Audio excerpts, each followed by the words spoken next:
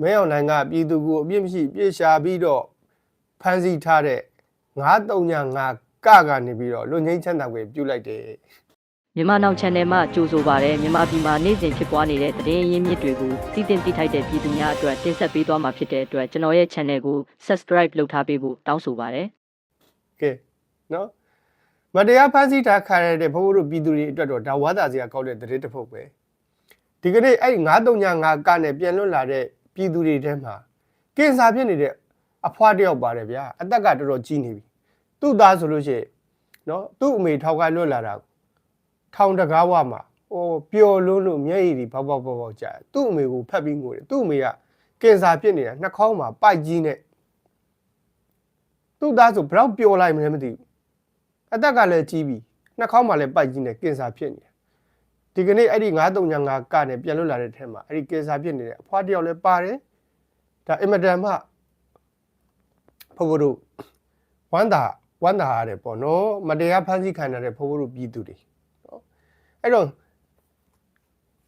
ပြည်သူကို935နဲ့နော်ဝန်ရမ်းထုတ်ထားတဲ့ပြည်သူဟာ8600ကျော်ရှိတယ်နော်အဖမ်းမခံရဘဲနဲ့ရှောင်တိန်နေတဲ့ပြည်သူက9500ကျော်ရှိတယ်ခံဝန်ကတိနဲ့ပြန်လွတ်လာတဲ့ပြည်သူက900ကျော်ရှိတယ်။အော်935ကကြောင့်ထောင်ကျနေတဲ့ပြည်သူက2000ကျော်ရှိတယ်။ဒီကနေ့အဲ့ဒီ8000ကျော်လုံးကိုထောင်ကျနေတဲ့သူတွေကိုလည်းပြန်လှုပ်ပေးလိုက်တယ်။ဒီအဖမ်းမခံထားရတဲ့သူတွေကိုလည်းတခါတည်းဂွင်းလုံးကျွတ်လွန်ငင်းချမ်းသာဝင်ပြုလိုက်တယ်။ဘာကြောင့်အဲ့ဒီ935ကနဲ့သူတို့ဖမ်းဝဲရထုတ်တဲ့ပြည်သူတွေကိုထောက်ကလည်းပြန်လွတ်တယ်လွန်ငင်းချမ်းသာခွင့်လည်းပေးလိုက်တယ်ဘာကြောင့်ပေးလိုက်တာလဲဆိုရင်တဲ့သူတို့ရွေးကောက်ပွဲမှာမဲပေးဖို့တဲ့နော်သူတို့ရွေးကောက်ပွဲမှာမဲပေးဖို့တဲ့ကြီးစုသူ60ကျော်ပေးကြလားပါဗျာသူတို့ရွေးကောက်ပွဲမှာမဲပေးဖို့အတွက်တဲ့ဒီကနေ့935ကနဲ့အမှုဖွင့်ထားတဲ့သူတွေကို8000ကျော်အကုန်ပြန်လွှတ်ပေးလိုက်တယ်နော်ဘိုးဘိုးတို့တင်ပုံးချေပေးလိုက်တယ်ပေါ့နော်မတရားဖမ်းခံထားရတဲ့ဘိုးဘိုးတို့ပြည်သူတွေအတွက်တော့ဒါဝါသာစရာသတင်းတစ်ခုပဲဗျာနောက်တစ်ခုကအမေရိကန်အစိုးရရဲ့အမိမြေလုံခြုံရေးဌာနကနော်ထူးထူးဆန်းဆန်းသတင်းတစ်ပုဒ်ဗျာနောက်တစ်ခုကစိတ်မကောင်းစရာသတင်းတစ်ခုနော်အမေရိကန်နိုင်ငံအစိုးရရဲ့အမိမြေလုံခြုံရေးဌာနကမြန်မာနိုင်ငံသားတွေကိုသူတို့နိုင်ငံထဲမှာခိတ္တခဏခိုလုံငွေပေးထားတဲ့ TBS တို့ရဲ့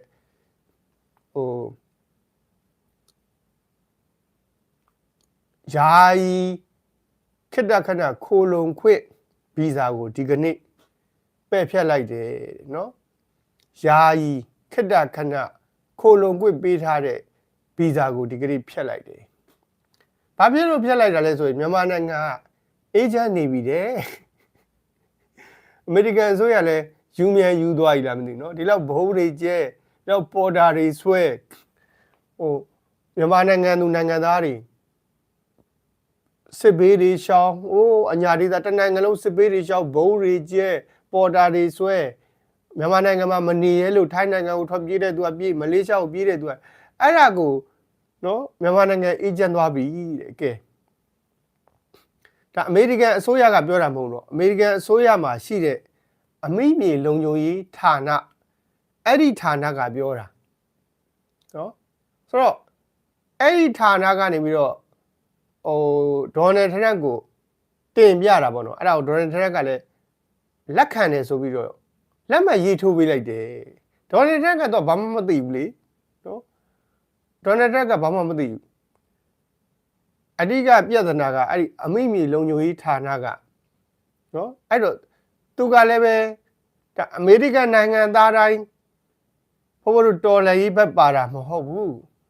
နော်အမေရိကန်အစိုးရထဲမှာလည်းပဲဘောင်းမတွေအများကြီးရှိတယ်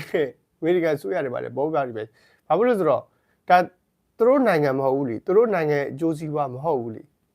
နော်အဲ့တော့ဒီအမိမြေလုံခြုံရေးဌာနကယူသွားပြီထင်တယ်ပေါ့နော်အမိမြေလုံခြုံရေးဌာနယူသွားပြီထင်တယ်အမေရိကန်ထဲကိုရောက်နေတဲ့ခိတ္တခဏခိုလုံခွင့်ပေးခံထားရတဲ့မြန်မာတွေကထောင်နဲ့ချီပြီးရှိတာအဲ့ဓာတွေကိုအခုနေခွင့်ဆက်မပေးတော့ဘူးတဲ့နော်နေခွင့်ဆက်မပေးတော့ဘူးတဲ့ အဲ့ဒါကိုဇော်မဲလုံးကဘာပြောလဲဆိုတော့ဇော်မဲလုံးကလည်းပဲပွဲလန့်တော့ဖြာဝင်ခင်းတာပေါ့နော်ဟောအမေရိကန်ကအခုသူ့နိုင်ငံကိုရောက်နေတဲ့ခိတ္တခဏခိုးလို့ဝေးပေးထားတဲ့မြန်မာတွေကိုမြန်မာနိုင်ငံအခြေအနေကောင်းနေတဲ့အတွက်ကြောင့်သူ့နိုင်ငံမှာဆက်ပြီးနေထိုင်ခွင့်မပေးတော့ဘူးလို့ထုတ်ပြန်ကြေညာလိုက်တဲ့အချိန်မှာပဲဇော်မဲလုံးကမြန်မာနိုင်ငံကတိုးတက်နေပြီတဲ့နော်တည်ငြိမ်အေးချမ်းနေပြီတဲ့ဒါကြောင့်ပြန်လာပြီးတော့ရွေးကောက်ပွဲမှာမဲပေးပါဆိုပြီးတော့ပြောတယ်တဲ့ဗျာနော်မြန်မာနိုင်ငံကတဲ့တည်ငြိမ်အေးချမ်းနေပြီတဲ့တိုးတက်နေပြီတဲ့ဒါကြောင့်မလို့တဲ့ဟိုဘာဖြစ်အမေရိကန်ကတော့ပြောနေတယ်တဲ့နော်အမေရိကန်ပြောတာကိုဗျာလေတံဖန်တရားနာပေါ့နော်လေတံဖန်တရားနာသူကပွဲလာတော့ပြဝဲခင်းတာပေါ့မြန်မာနိုင်ငံတိုးတက်နေပြီတဲ့ဒါကြောင့်မလို့မြန်မာနိုင်ငံကိုပြန်လာပြီးတော့မဲပေးကြပါတဲ့ဟောစစ်တပ်က935ကကိုဒီကနေ့လူငင်းချက်နာဝေပေးတာအဲ့ဒါအမေရိကန်ကထုတ်တဲ့စာနဲ့သူတို့ကအဝင်ခွင်ကြပဲကလင်နာကြပဲဒါနိုင်ငံကြီးမှာတိုက်ဆိုင်တာမဟုတ်ဘူးအာဆီယံနဲ့အမေရိကန်ကိုသူကအမေရိကန်ကပြောတယ်လေမြန်မာနိုင်ငံကတဲ့အေဂျင့်နေပြီတဲ့နော်မြန်မာနိုင်ငံအေဂျင့်နေပြီအဲ့ဒါကိုသူတို့ကတက်တည်ပြဖို့အတွက်တွေ့လားဒီမှာ935ကနဲ့ဖမ်းဆီးထားတဲ့သူတွေကိုရောမဖမ်းဆီးတဲ့သူတွေကိုရောအကုန်လုံးလုံခြုံရေးချက်သားခွင့်ပေးလိုက်တယ်ဆိုတော့တခါနဲ့ပွဲလန်လုံးဖြာခင်းပလိုက်တာကလင်နာကြအဝင်ခွင်တခါနဲ့လှုပ်ပလိုက်တာအဝင်ခွင်ကြတခါနဲ့လှုပ်ပလိုက်တာနော်အမေရိကန်ကအဲ့လိုပြောတဲ့အချိန်မှာသူတို့ကတခါနဲ့935ကနဲ့ဖမ်းဆီးတတ်တဲ့သူတွေကိုရောဝယ်ရမ်းထုတ်တတ်တဲ့သူတွေတခါနဲ့လွန်ငင်းချမ်းသာခွင့်ပေးလိုက်တာအဲ့ဒါကလင်နာကြပဲနိုင်ငံရေးမှာတိုက်ဆိုင်တာမဟုတ်စနစ်တကျနဲ့ကိုလှုပ်ထားတာဖြာခင်းတတ်တယ်ခေါ်တာပေါ့နော်ဟိုဇော်မဲလုံးတို့ကဖြာခင်းတတ်တယ်ခေါ်တာပေါ့အမေရိကန်ကမြန်မာနိုင်ငံအေဂျင့်နေပြီဆိုတာကိုသူတို့တက်တည်ပြဖို့အတွက်နိုင်ငံရေးနဲ့ပတ်သက်ပြီးတော့ဖမ်းဆီးထားတဲ့ပြည်သူပေါင်း2000ကျော်မဖမ်းရသေးတဲ့9000ကျော်ကိုအကုန်လုံးဒီကနေ့လုံငင်းချမ်းသာခွင့်ပေးလိုက်တယ်ပြောချင်တာကမြန်မာနိုင်ငံတကယ်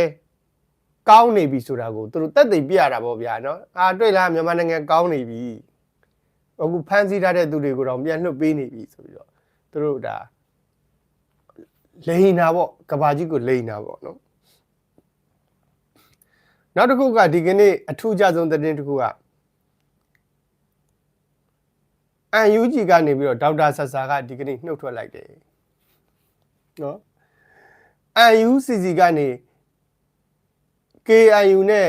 KNPP ကနှုတ်ထွက်တယ်နော် UNCC ကနေ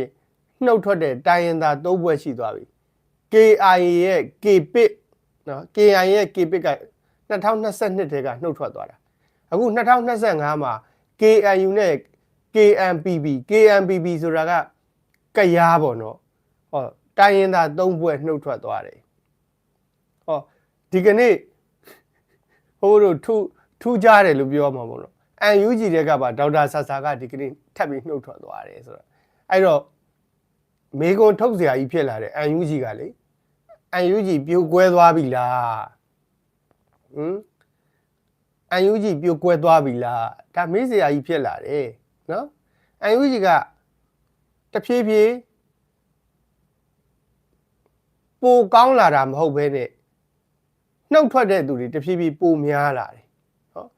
ပိုကောင်းလာတာမဟုတ်ဘဲနဲ့နှုတ်ထွက်တဲ့သူတွေတဖြည်းဖြည်းပိုများလာတယ်အဲ့ဒါ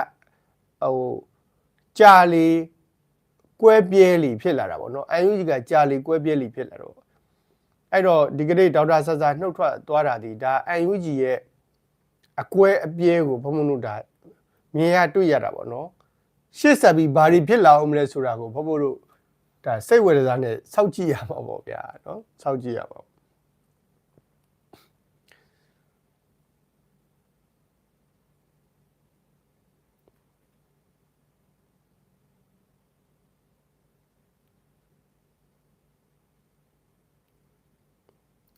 နောက်တစ်ခုကအမေရိကန်မှာကိုကမြန်မာနဲ့ပတ်သက်ပြီးတော့နှစ်ဖွဲ့ကွဲနေတာနော်အမေရိကန်မှာကိုကမြန်မာနဲ့ပတ်သက်ပြီးတော့နှစ်ဖွဲ့ကွဲနေတာတစ်ဖွဲ့ကကြတော့မြန်မာနိုင်ငံကအေဂျင့်သွားပြီတဲ့ဒါကြောင့်အမေရိကန်မှာခေတ္တခဏခိုလုံနေတဲ့သူတွေကိုဆက်ပြီးခိုလုံခွင့်မပေးတော့ဘူးတဲ့ဟောတစ်ဖွဲ့ကနော်နောက်အမေရိကန်မှာအဓိကကြတဲ့အထက်လွှတ်တော်နဲ့အောက်လွှတ်တော်နော်အမေရိကန်မှာအဓိကကြတဲ့အထက်လွှတ်တော်နဲ့အောက်လွှတ်တော်ကကြတော့ဒီကနေ့ဘာပြောသလဲဆိုရင်မင်းအောင်လှိုင်လုံးမဲ့အတူရောက်ရွေးကောက်ပွဲကိုတဲ့ဒေါ်နယ်ထရက်အနေနဲ့ပေါ့နော်အမေရိကန်အစိုးရအနေနဲ့ပြက်ပြက်သားသားပယ်ချပါတဲ့နော်ဒါအမေရိကန်မှာရှိတဲ့လွှတ်တော်နှစ်ခုစလုံးကနော်အထက်လွှတ်တော်နဲ့အောက်လွှတ်တော်ကဒေါ်နယ်ထရက်အနေနဲ့အမေရိကန်အစိုးရအနေနဲ့မင်းအောင်လှိုင်လုံးမဲ့ရွေးကောက်ပွဲကိုအတူရောက်ရွေးကောက်ပွဲဆိုပြီးတော့ပြက်ပြက်သားသားပယ်ချပါတဲ့ဆိုပြီးတော့ဒါလွတ်တော်ဥက္ကဋ္ဌတွေကဒီကနေ့ထုတ်ပြန်တာပေါ့ဗျာနော်အမေရိကန်အစိုးရကိုတိုက်တွန်းတာပေါ့ဗျာနော်တိုက်တွန်းတာပေါ့ဆိုတော့အမေရိကန်ရဲ့အောက်လွတ်တော်နိုင်ငံခြားရေးရာကော်မတီဥက္ကဋ္ဌနော်ဒါမင်းအောင်လှိုင်ရွေးကောက်ပွဲကိုအတူအယောင်ရွေးကောက်ပွဲဖြစ်ပါတယ်ဆိုပြီးတော့အမေရိကန်အစိုးရကပြက်ပြက်သားသားထုတ်ပြန်ကြေညာပါတဲ့နော်အဲ့ဒီလိုပြောတဲ့အရာရှိတွေကအောက်လွှတ်တော်နိုင်ငံခြားရေးရာကော်မတီရဲ့ဥက္ကဋ္ဌနော်စီးနိတ်နိုင်ငံခြားဆက်ဆံရေးဥက္ကဋ္ဌနော်စီးနိတ်အမှတ်နဲ့ကိုယ်စားလှယ်တို့ကနေပြီးတော့ဒီကနေ့အမေရိကန်အစိုးရကိုတောင်းဆိုတာနော်အောက်လွှတ်တော်ဥက္ကဋ္ဌနဲ့ဒီအမေရိကန်ရဲ့ဒီအထက်လွှတ်တော်ဥက္ကဋ္ဌတွေပေါ့နော်တကက်ဥက္ကဋ္ဌတွေပေါ့နော်အမေရိကန်ရဲ့အရာရှိကြီးတွေပေါ့အဲ့ဒီလူတွေကဒါတောင်းဆိုတာပေါ့ဗျာအမေရိကန်အစိုးရကိုပြက်ပြက်သားသားမြန်မာပြည်သူတွေဘက်ကနေရက်တီပေးဖို့ဒီရွေးကောက်ပွဲကိုပြက်ပြက်သားသားဆန့်ကျင်ပေးဖို့တောင်းဆိုတာပေါ့တော့ဘာဖြစ်လို့မင်းအောင်လှိုင်လုံးမဲ့ရွေးကောက်ပွဲကိုအမေရိကန်အစိုးရအနေနဲ့ပြက်ပြက်သားသားအတူရောက်ရွေးကောက်ပွဲပါဆိုပြီးတော့စန့်ကျင်ခိုင်းရတာလဲဆိုရင်တဲ့အခုမင်းအောင်လှိုင်လုံးမဲ့ရွေးကောက်ပွဲဟာနိုင်ငံတကာအတိုင်းဝိုင်းကိုလှည့်ပြားဖို့စီစဉ်ထားတာတဲ့ကဲဘလောက်ကောင်းတဲ့စကားလဲကြီးစုသူ300ကျော်400ကျော်မြင်ကြတာပါနော်ဒါအမေရိကန်အောက်လွှတ်တော်ဥက္ကဋ္ဌအရာရှိ3ယောက်ကပြောတဲ့စကားနော်နိုင်ငံတကာအတိုင်းဝိုင်းကိုလှည့်ပြားဖို့အတွက်ဒီရွေးကောက်ပွဲကြီးကတမင်တကာကိုစီစဉ်ထားတာတဲ့အဲ့ဒီရွေးကောက်ပွဲကြီးကိုဘယ်သူကစပွန်ဆာပေးထားတာလဲဆိုရင်တရုတ်ကစပွန်ဆာပေးထားတာတဲ့နော်သူတို့ပြောတယ်ကြီးစုနေတဲ့900ကျော်မင်္ဂလာပါနော်အခုမင်းအောင်လှိုင်လုံးမဲ့ရွေးကောက်ပွဲကြီးကနိုင်ငံတကာကိုလှည့်ပြားဖို့စီစဉ်ထားတဲ့ရွေးကောက်ပွဲကြီးတဲ့ဘယ်သူကစပွန်ဆာပေးထားတာလဲဆိုရင်တရုတ်ကစပွန်ဆာပေးထားတာတဲ့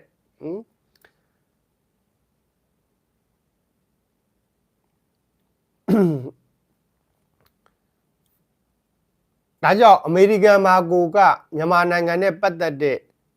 နှစ်ဖွဲ့ကွဲနေကြတယ်နော်တစ်ဖွဲ့ကဒါမင်းအောင်လှိုင်ဘက်ပါတယ်တစ်ဖွဲ့ကကြတော့ဘဘတို့တော်လှန်ရေးဘက်ပါတယ်ပေါ့နော်နောက်ဆုံးဘသူကအာသာသွားမလဲဆိုတာကိုတော့စောင့်ကြည့်ရအောင်ပါနော်နောက်တော့ဘသူကအာသာသွားမလဲစောင့်ကြည့်ရအောင်နောက်တစ်ခုကတကယ်ထူးခြားတဲ့တဲ့အမေရိကန်တွေကကြားဖြတ်နှိမ်နင်းမှုအတွက်ဆိုပြီးတော့အထူးအဖွဲ့ဖွဲ့လိုက်တယ်မလားအထူးဖွဲ့ဖွဲ့လိုက်တယ်အခုအဲ့ဒီအထူးဖွဲ့ဖွဲ့ပြီးတော့ဒီကနေ့ဘာဆက်ဖြစ်တယ်လဲဆိုရင်နော်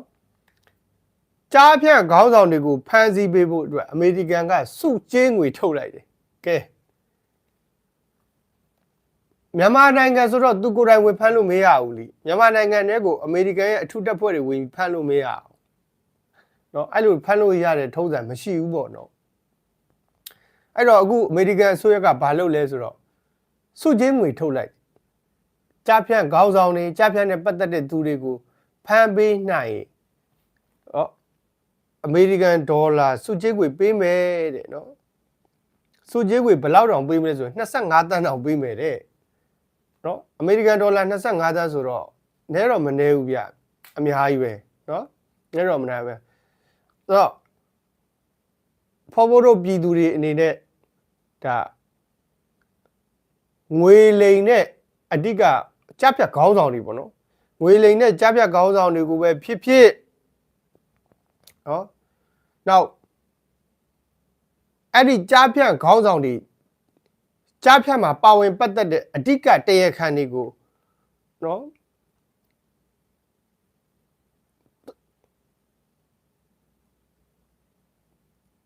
နောက်သတင်းအချက်လက်တွေပဲဖြစ်ဖြစ်သူတို့ရဲ့သတင်းအချက်လက်တွေပေါ့တိကျတဲ့သတင်းအချက်လက်တွေပဲဖြစ်ဖြစ်နောက်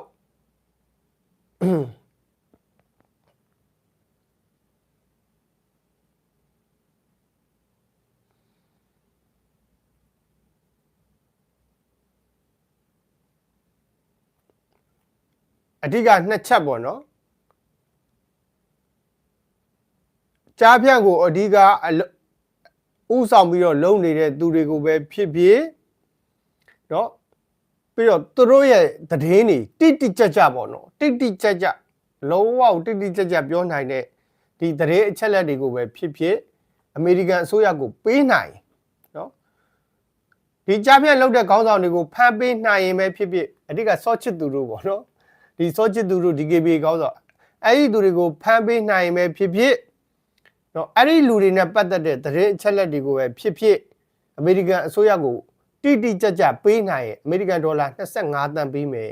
ကဲဘိုးတို့ပြည်သူတွေလှုပ်လိုက်တော့အမေရိကန်ဒေါ်လာ25သန်းဆိုတော့မနည်းဘူးနော်မနည်းဘူးဗျဒါအလွန်အင်မတန်မှကောင်းတဲ့သတင်းတစ်ခုပဲဘာဖြစ်လို့လဲဆိုတော့ဒီမြန်မာနိုင်ငံထဲကိုဝင်ပြီးတော့ဒီကြားဖြတ်လုပ်တဲ့တရုတ်တထေးတွေကိုပဲဖြစ်ဖြစ် DKB ရဲ့ခေါင်းဆောင်တွေကိုပဲဖြစ်ဖြစ်စောချစ်သူတွေကိုပဲဖြစ်ဖြစ်အမေရိကန်အထူးတပ်ဖွဲ့ကဝင်ဖမ်းလို့အဆင်မပြေဘူးလေနော်အဲ့တော့ဖမ်းပေးတဲ့သူပဲဖြစ်ဖြစ်ဒီသူတို့နဲ့ပတ်သက်တဲ့သတင်းအချက်လက်တွေကိုပဲဖြစ်ဖြစ်ပေးနိုင်အမေရိကန်အစိုးရကစုချင်းငွေ2တန်းခွဲပေးမယ်တဲ့အဲ့ဒါပုံမိုက်တယ်ဗျအဲ့ဒါပုံမိုက်တယ်နော်အဲ့တော့ KNU ကအဲ့ဒီကြားဖြတ်ခေါင်းဆောင်တွေကိုပဲဖြစ်ဖြစ်ဒီကြားဖြတ်နဲ့ပတ်သက်တဲ့သတင်းချက်လက်တွေကိုပဲဖြစ်ဖြစ် KNU ပဲဖြစ်ဖြစ် NUG ပဲဖြစ်ဖြစ် PDF တွေကပဲဖြစ်ဖြစ်ဖမ်းပြီးတော့ပေးနိုင်ဘယ်သူမဆိုစုချင်းငွေ25တန်းရပါနော်ဘယ်သူမဆိုစုချင်းငွေ25တန်းရပါဒါဒီကနေ့အမေရိကန်ကကြေညာလိုက်တာပေါ့နော်ဒါအရင်စိတ်ဝင်စားစရာကောင်းတဲ့သတင်းဒီသတင်းကတော့ဒါတကယ်ကောင်းတယ်ပေါ့နော်ကောင်းတယ်ပေါ့ဘို့တို့ဖမ်းပေးရင်ကိုအစုချင်းဝင်25တန်းရပါပေါ့